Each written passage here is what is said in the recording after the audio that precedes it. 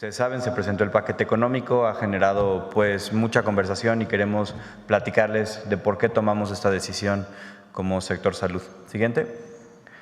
En primer lugar, comentarles, platicarles, mostrarles que la evidencia global es contundente.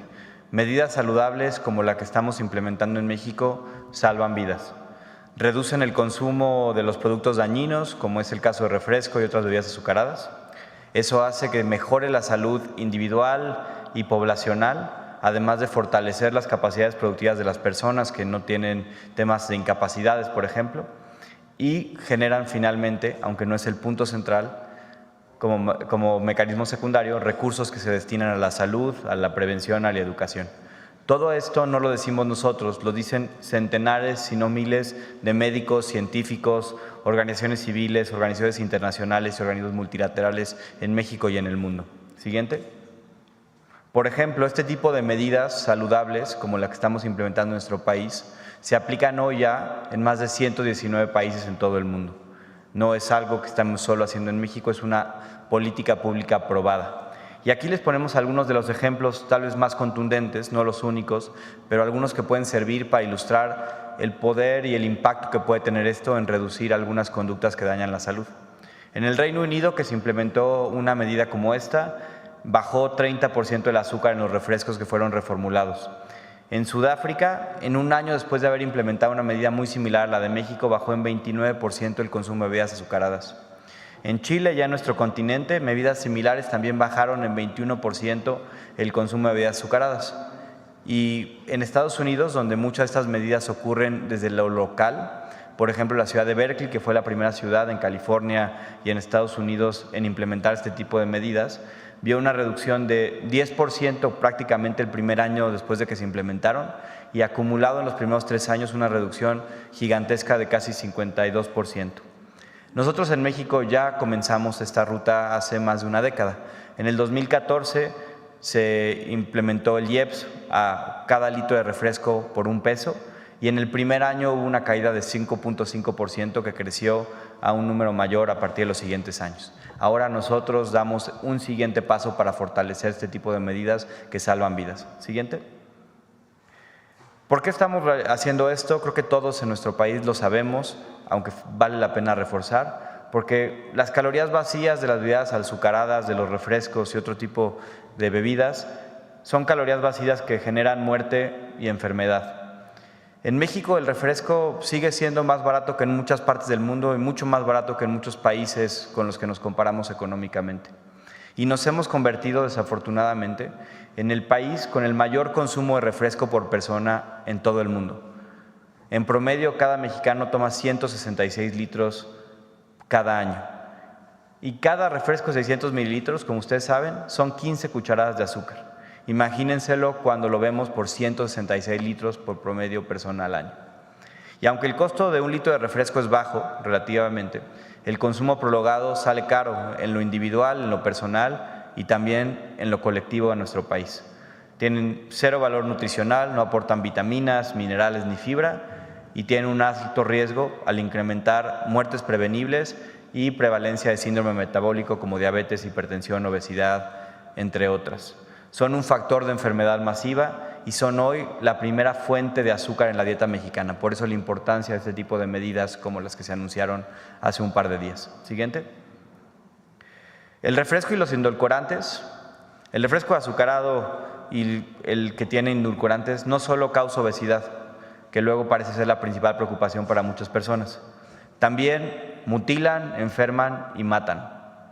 En México, por ejemplo, hoy ya 1 de cada 3 niños mexicanos tiene sobrepeso o obesidad. Muchos viven con hipertensión, muchos viven con prediabetes, y si esa prediabetes se convierte en diabetes, nunca se curará. Una consecuencia de una mala conducta en la infancia puede volverse una sentencia de enfermedad el resto de sus vidas. En México, más de 100,000 personas al año están ya en diálisis o hemodiálisis, terapia de sustitución renal. ¿Qué significa esto?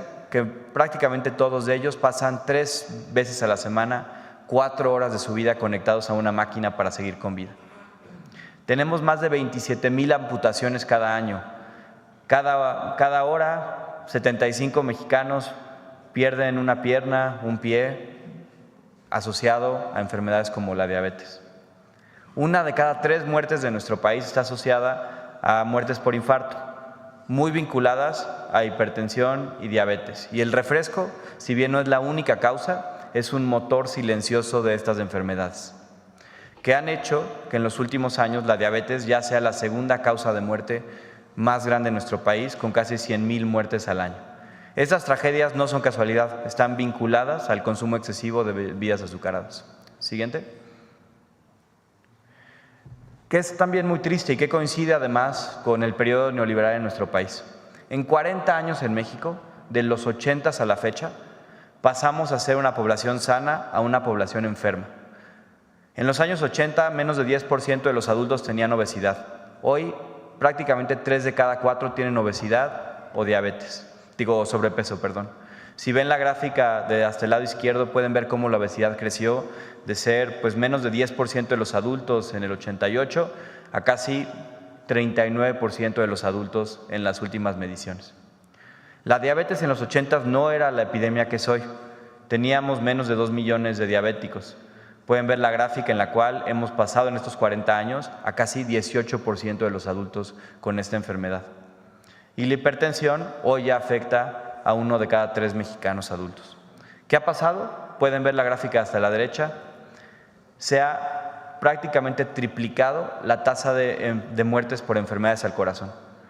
En 1980, 60 de cada 1,000 muertes tenían que ver con una enfermedad del corazón. Hoy son casi 163 de cada 1,000 muertes. Todo esto vinculado a enfermedades metabólicas como son la obesidad, el sobrepeso, la diabetes y la hipertensión. Esta crisis no era inevitable. Es una crisis asociada a la epidemia de consumo de refrescos y comida chatarra en nuestro país. Siguiente. La epidemia de estas enfermedades, y esto debe ser muy claro para todos, para nosotros que estamos en el sector salud es clarísimo, pero ojalá la población lo conozca. Esta epidemia de enfermedades, porque no hay otra manera de llamarlo, podría colapsar en el mediano y largo plazo al sistema de salud. Ya hoy, en México, se destinan entre el IMSS, el ISSSTE, el IMSS Bienestar, todos los sistemas de salud, cerca de 180,000 millones de pesos a atender las consecuencias médicas del sobrepeso y la obesidad, diabetes, hipertensión, falla renal crónica. Cada paciente, de esos 100,000 pacientes que les comentamos tienen diálisis, no solo tienen que conectarse 3 horas, 3 veces a la semana para seguir con vida, pero cuestan al sector salud 415,000 pesos por paciente al año, una cifra que claramente no es sostenible. Y hoy ya, en las unidades de medicina familiar del IMSS, el 40% de las atenciones que se dan están asociadas a diabetes, hipertensión o obesidad. Si seguimos bajo esta senda de crecimiento que les mostrábamos, nuestro país no será capaz de soportar la carga que esto involucre en la salud de las personas. Siguiente. Por esa razón es que estamos implementando medidas saludables como las que se anunciaron en el paquete económico 2026, que lo que esperan es precisamente poder reducir el consumo de bebidas azucaradas y doblar la curva hacia mediano plazo para reducir la carga de enfermedades en nuestro país y mejorar el bienestar y la salud de todos los mexicanos. Este IEPS existe desde hace ya 11 años. En ese momento empezó a 1 peso por litro. Y si tomamos los primeros 2 años, donde hay mucha evidencia científica, es claro que sirvió. Redujo en casi 10% el consumo de refresco en un primer momento. Y para que ustedes sepan, 10%, si bien no es gigantesco, es importantísimo para mejorar la salud de los mexicanos, en un país que consume cerca de 24,000 millones de litros de refresco y bebidas azucaradas al año. Este IEPS fue subiendo poco a poco del 2014 a la fecha de acuerdo a la inflación, para que este año estuviera en 1.65 pesos por litro. Ahora el IEPS estará ligeramente arriba de los 3 pesos. ¿Qué significa eso? Que la versión más común de compra de refresco para los mexicanos, que es la presentación de 600 mililitros, sube aproximadamente 1 peso en su costo. ¿Pero qué esperamos con esto? No incrementar el costo, sino reducir el consumo. Esperamos, y de acuerdo a las estimaciones económicas, que esto pueda impactar en el primer y segundo año una reducción de cerca del 7% en el consumo de refresco, que nos ayude a mejorar la salud de los mexicanos. Y además no como objetivo central, pero como un objetivo como un también desenlace que nos ayuda, podría recaudar hasta 41,000 millones de pesos que serán destinados, como ha mencionado la presidenta, de manera íntegra a la salud de las y los mexicanos. De esa manera podemos no solo reducir el consumo de refresco, prevenir la enfermedad, pero también utilizar estos recursos para ayudar a la salud de las personas que desafortunadamente ya agravaron derivado del consumo de refrescos. Muchas gracias. México canta. Yo me llamo Galia Samantha Ciurop Martínez Herrera, pero pues soy Galia. Muchas gracias a la presidenta. Confío en ti, confío en que, pues como mujer, que puedes enaltecer a las voces de las mujeres en México, enaltecer a las mujeres, proteger a las mujeres, hacer un mejor país para todas nosotras. Como quisiera escuchar entre los lirios tu voz, rosa divina.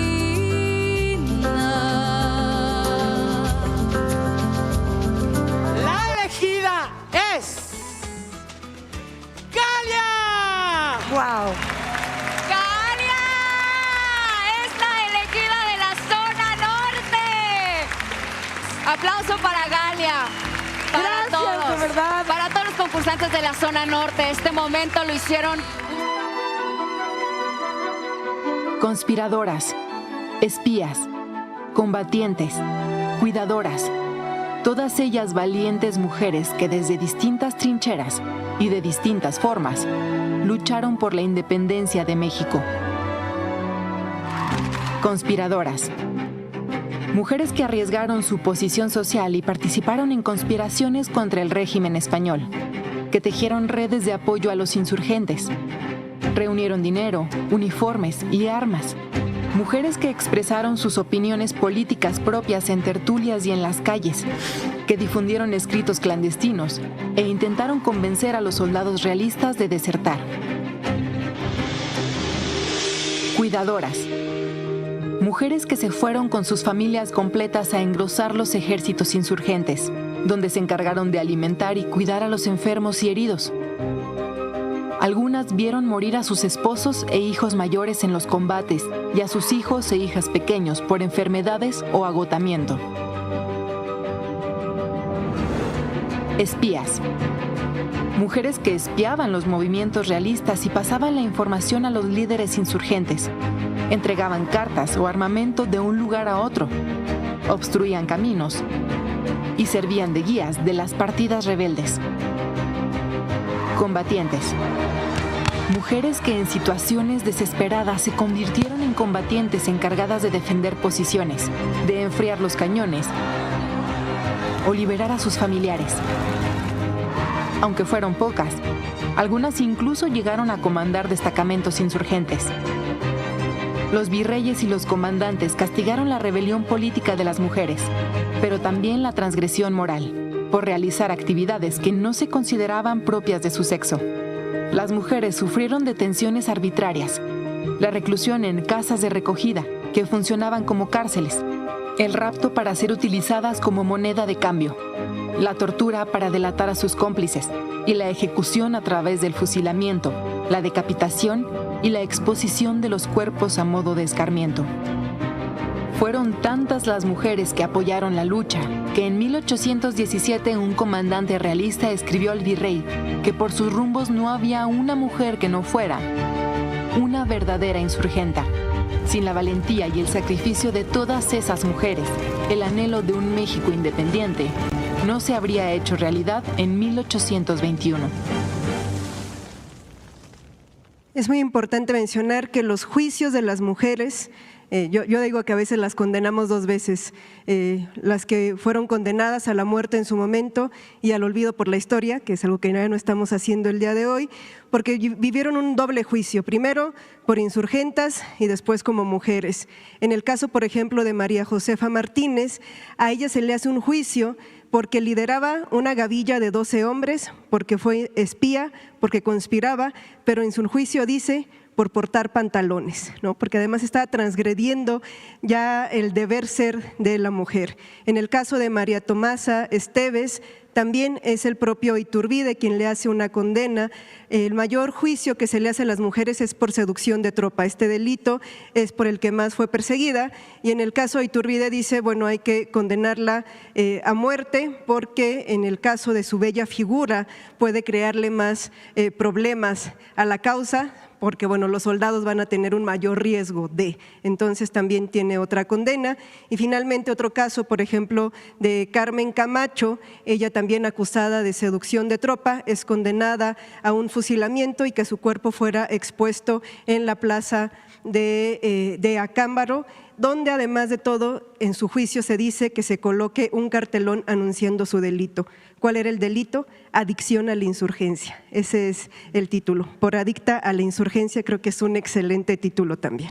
Muchas gracias, excelente día. Buen día, nos vemos mañana.